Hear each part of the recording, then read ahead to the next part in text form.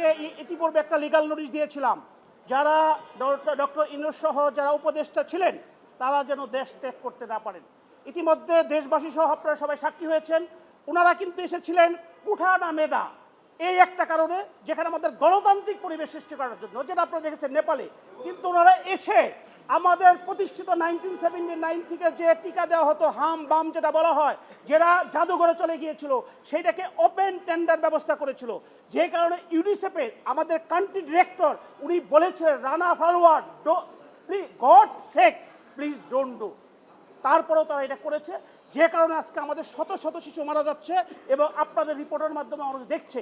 আপনাদের আরেকটি কথা বলে রাখি, এখনও বাংলাদেশে আমার মা বোনদের অনেকের বাচ্চা ইনফ্যান্ট শিশু অসুস্থ হওয়ার পরে হসপিটালে যাওয়ার মতো যোগ্যতা তাদের নাই, তাদের রিপোর্ট কিন্তু আপনাদের কাছে আসে না, তাদের সংখ্যা আসে না। এই যে হত্যাকাণ্ড, এটা পরিকল্পিতভাবে, কারণ হচ্ছে ডক্টর ইউনূসের আরেকটি ইনফরমেশন আপনাকে দেই, উনি শুধু ওনার এই বাংলাদেশ গ্রামীণ ব্যাংকের শেয়ার চেঞ্জ করেনি, সম্পদ শুনেছেন, সম্পদ নামে যেটা আপনার নগদের মতো বিকাশের মতো একটা, যেটা কোটি কোটি টাকা লেনদেন করেছেন, আদম ব্যাপারে লাইসেন্স থেকে সবই দিয়েছেন, শেয়ার ধারাবাহিকতায় এই আমাদের জীবনের সাথে সম্পৃক্ত, যেখানে জিরো লেভেলে চলে গেছে হাম বাম যেটা, সেটাকে উনি বন্ধ করেছেন শুধু প্রাইভেটের জন্য।